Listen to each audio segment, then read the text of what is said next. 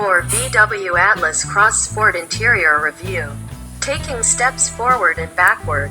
New tech is the Atlas big ticket item, but it's also its undoing. 2024 VW Atlas Cross Sport SEL Premium R Line. Volkswagen interiors are a contentious point of concern these days. The company went all in on a new minimalistic theme that eschewed buttons. Fully embraced an all-new infotainment system and generally looked futuristic. As you probably already know, it was not met with praise to say the least. From the infuriating unlit temp and volume sliders, to a slow and poorly laid out touchscreen user interface, the cabin controls were bad enough to be a dealbreaker for many. Thankfully, Volkswagen has now backtracked and is making big, largely successful changes by reintroducing buttons among other, illuminating, updates in the pursuit of making the new interiors user-friendly. Now, you might be thinking that since the 2024 Volkswagen Atlas and its two-row Atlas Cross Sport sibling were significantly updated for 2024 that they'd be getting those same course-correcting updates. That'd be a no, as the Atlas launched before the first new VW introduced with its new interface, the ID.7.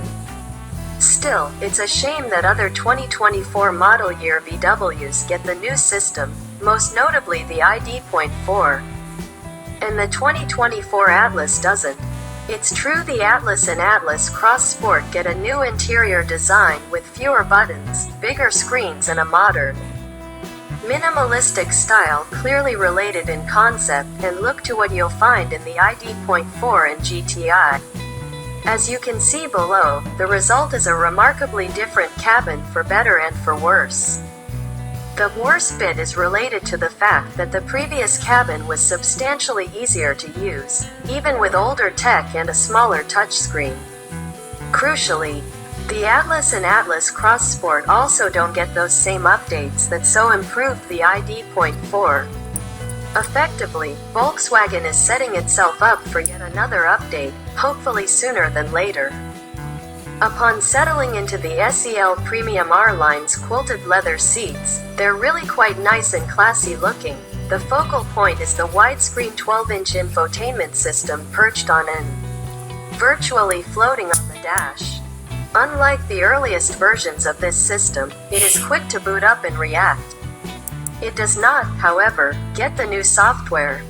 Home screen and permanently docked band of climate controls at the bottom and customizable menu shortcuts on the top that you'll find in the ID.4. You can see the difference between the two below, with the Atlas on the left and 2024 ID.4 on the right. I would argue, however, that the greatest sin was the darned climate and radio controls integrated into the panel below that screen. They are not illuminated, meaning you can't actually see what you're supposed to run your finger over at night. The ID.4, updated 2025 GTI and new ID.7 get those illuminated. But that doesn't change the fact that trying to change the temperature cabin or quickly use the slider volume is a huge pain even if you can see them. It's still rather hostile to the user to make them slide their finger back and forth on a small touch target, especially while moving. You'll quickly find accidental inputs happen far more often than they should. Even the heated and cooled seat controls aren't great, as they're tucked into the bottom left portion of the touchscreen, not helpful for the passenger at all times and tend to lag when you initially start the car up. This was corrected with the updated system, but again, the Atlas doesn't have that. Oh, and if you were wondering where the defrost buttons were, check out the Headlight touch controls, because of course they're to the left of the steering wheel. Again, that placement is just unnecessarily difficult to find, especially if you're driving and need to quickly get defrost power. Making it a touch control requires the driver to physically look at the control panel to press it for fear of brushing up against the headlight control. I could almost forgive this placement if it were a button that was easily found by touch alone. But as is, no thanks. Oh, and if you're also wondering if these defrost controls move back to where they belong in the updated infotainment system, they do not. The Atlas' new center console is at least a massive upgrade in design. Eliminating the tall gear lever for a small toggle nub has led to multiple usability enhancements. Most notably the cavernous storage below the floating console. It looks perfect for a purse, a small takeout order, or any number of items you might not want flying around the car. The other amenities such as a secure wireless phone charger, fast-charging USB-C ports, 45-watt, and sizable cup holders are all great to see, too. Unfortunately, the space just below the touchscreen that was previously used for convenient knobs and buttons is now just for air vents and quick toggle touch controls to bring up menus on the touchscreen. Speaking of air vents, though, the Atlas side vents up front sure are a neat upgrade, too. They're dual-stacked vents that allow you to direct air to multiple locations. Say one toward the window and one at your face, or whatever configuration you may prefer. Another big positive is the steering wheel, which is the course-correcting update the Atlas did get, in fact. VW avoided the problem altogether, as the Atlas never offered VW's touch capacitive steering wheel controls. It features a plethora of real buttons that are both easy to use by feel and make up for some of the infotainment controls' downsides. For example, any owner will likely find themselves exclusively using steering wheel controls for volume and seeking purposes. The controls for the 10.25-inch digital cluster are found on the wheel, too. And while they take a second to learn, it's easygoing once you get the hang of them. I really like the customization VW allows for both its gauges and the infotainment system. 2. Being able to choose from what feels like unlimited color themes is something we should see more often now that most new cars are filled with at least 2 massive screens.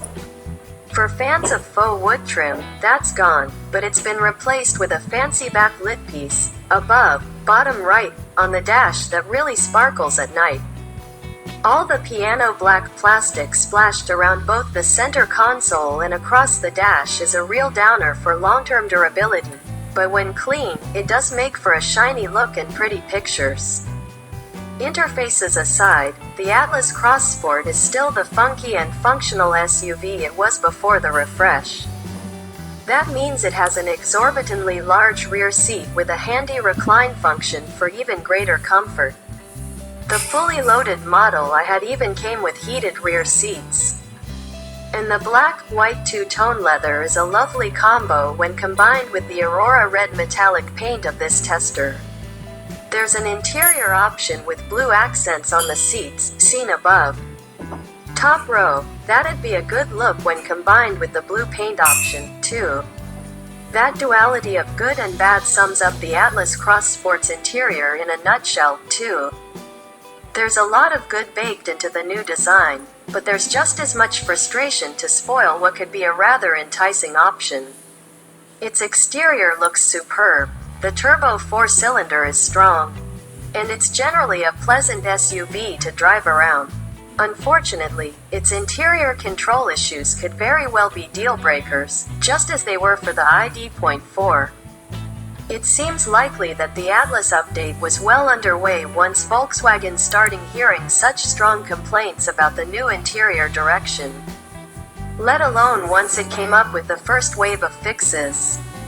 Still, it's still disappointing that the 2024 Atlas shows up and is not only worse in some ways than the pre-refresh version, but several other 2024 VWs as well.